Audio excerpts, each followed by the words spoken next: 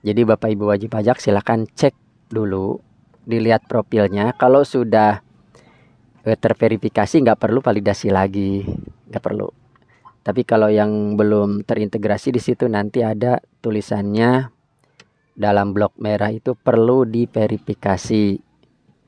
Nah, silakan untuk NPWP pribadi validasi seperti video saya sebelumnya.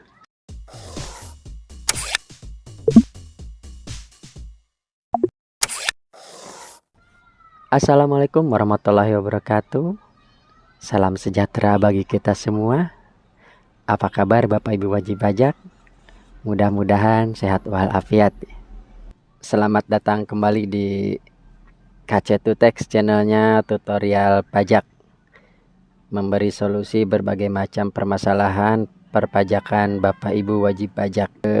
Saya ucapkan terima kasih pada Bapak Ibu wajib pajak yang sudah subscribe, like, komen, dan share videonya. Saya doakan mudah-mudahan Bapak Ibu wajib pajak diberikan kesehatan, sehat walafiat, dimudahkan, dilancarkan segala urusannya, diberikan kekuatan dalam menghadapi kegiatan sehari-hari. Nah, bagi Bapak Ibu wajib pajak yang baru saja menemukan channel ini, jangan lupa silakan ditonton terlebih dahulu. Jika memang dirasa bermanfaat, silakan di like, jangan lupa komen, subscribe, dan share ke teman-temannya. Video kali ini masih mengenai pemadanan NIK sebagai NPWP ya, atau NPWP 16 digit. Suasana berbeda kali ini, saya sajikan video di dalam kendaraan karena sambil menunggu anak saya yang sedang ujian, jadi pulangnya lebih awal. Saya tungguin di parkiran saja. Nah, dalam kesempatan ini mudah-mudahan bisa bermanfaat. Saya buatkan video sebab ada beberapa pertanyaan khususnya mengenai masalah NIK yang NIK 16 digit ya, atau masalah pemadanan NIK sebagai NPWP. Di sini saya akan menjawab salah satu pertanyaan mengenai pemadanan NIK. Yang jadi pertanyaan adalah kenapa kita harus validasi NIK sebagai NPWP sendiri? Apakah sistem pajaknya tidak secara otomatis memadankan? Jadi begini ya Bapak Ibu wajib pajak, menjawab pertanyaan tersebut. Pendapat saya pribadi dan pengalaman saya selama 1 tahun ini ya, dari berbagai macam kasus, saya lihat di sistem memang sistem pajak itu sudah secara otomatis memadankan NIK sebagai NPWP di sistemnya mereka, atau memverifikasi secara otomatis data NPWP wajib pajak badan ya. Jadi sesuai PMK 112 2022 itu untuk orang pribadi NIK itu terintegrasi sebagai NPWP. Kalau untuk badan itu nanti jadi ada 16 digit, di depannya ditambahin 0. Sedangkan untuk badan cabang itu nanti ada NITKU. Nah, seperti itu. Nah, jadi kembali ke pertanyaan tadi, kenapa tidak otomatis? Itu udah otomatis, Pak. Udah otomatis, namun hanya sebagian data. Jadi wajib pajak yang belum terintegrasi secara otomatis silakan divalidasi secara mandiri. Jadi Bapak Ibu wajib pajak silakan cek dulu, dilihat profilnya. Kalau sudah terverifikasi nggak perlu validasi lagi, nggak perlu.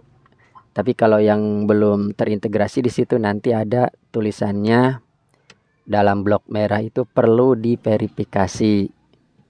Nah, silakan untuk NPWP pribadi validasi seperti video saya sebelumnya. Sedangkan untuk NPWP badan silakan diverifikasi. Biasanya itu yang diverifikasi adalah KLU dan data lainnya ya, penanggung jawab dan lainnya. Nah, seperti itu. Lalu kemudian di lapangan terjadi masalah ketika validasi. Kenapa harus validasi bagi wajib pajak yang belum tervalidasi? Bisa jadi tidak tervalidasi secara otomatis oleh pajak itu karena memang ada masalah di NIK-nya. Seperti contoh tidak bisa terintegrasi atau tidak bisa tervalidasi karena datanya tidak sinkron dengan Dukcapil. Jadi data yang ada di DJP itu tidak sesuai dengan yang di Dukcapil. Misalkan namanya tidak sesuai atau kartu keluarganya nomornya tidak sesuai. Nah, itu harus diupdate ke Dukcapil dulu. Baru bisa divalidasi. Lalu muncul pertanyaan. Ternyata pertanyaannya bukan satu, ada pertanyaan susulan ya. Jadi ada pertanyaan lagi seperti ini Bapak Ibu wajib pajak. Lalu kemudian kalau saya tidak validasi setelah 31 Desember, apa yang akan terjadi? Pendapat saya pribadi Bapak Ibu wajib pajak, jika Bapak Ibu wajib pajak tidak validasi, padahal perlu divalidasi, artinya kan tidak terintegrasi nih. Nah, nanti Bapak Ibu wajib pajak itu akan mengalami kendala atau masalah pada saat melakukan layanan publik yang memerlukan NPWP. Semisal ketika Bapak ada urusan ke bank, mereka ada memerlukan NPWP, tapi NPWP-nya itu belum terintegrasi dengan NIK atau belum validasi ya, belum valid. Itu akan mengalami kendala Bapak Ibu wajib pajak. Atau layanan publik lainnya yang memerlukan NPWP, itu nanti akan mengalami kendala, tidak akan terintegrasi.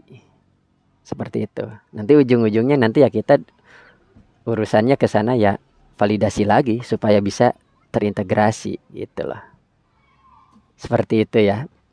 Jadi kenapa pentingnya pemadanan NIK sebagai NPWP supaya kita bisa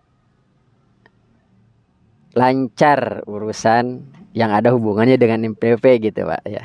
Seperti itulah kira-kira. Nah, demikian ya sedikit penjelasan dari saya. Ini adalah pendapat pribadi saya. Jika Bapak Ibu wajib pajak merasa kurang puas, bisa dikonsultasikan ke AR-nya masing-masing atau ke KPP terdekat. Mudah-mudahan jawaban saya bermanfaat, bisa menjadi solusi dan menjadi pemecah masalah atau menjadi jawaban sebuah pertanyaan. Demikian, saya ucapkan terima kasih. Jangan lupa like, subscribe, komen, dan share ke teman-temannya. Wassalamualaikum warahmatullahi wabarakatuh. Salam sejahtera bagi kita semua.